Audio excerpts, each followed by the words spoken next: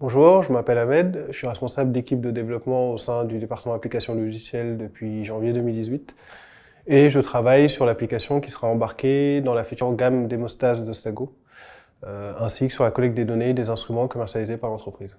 Il y a deux aspects dans mon travail. Un premier, plus orienté gestion, où je m'occupe du suivi des développements au sein de l'équipe. Je sers d'interface avec les autres équipes de test et de développement qui interviennent sur le projet. Je m'occupe du recrutement et plus globalement de tout ce qui entre en jeu dans le bon fonctionnement de l'équipe. Et un aspect plus technique, où je participe à la conception et au développement de l'application embarquée, qui est un client lourd développé en .NET C#. Et sur la partie collecte de données, je participe à la mise en place d'une solution de gestion de données à grande échelle, qui utilisera le framework Spark et le langage Python.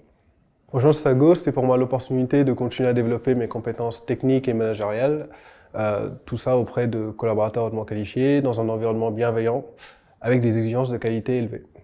Ce qui m'a permis de m'épanouir chez Stago, c'est l'intérêt des sujets, la confiance du management et l'esprit d'équipe que l'on retrouve au sein des différents projets.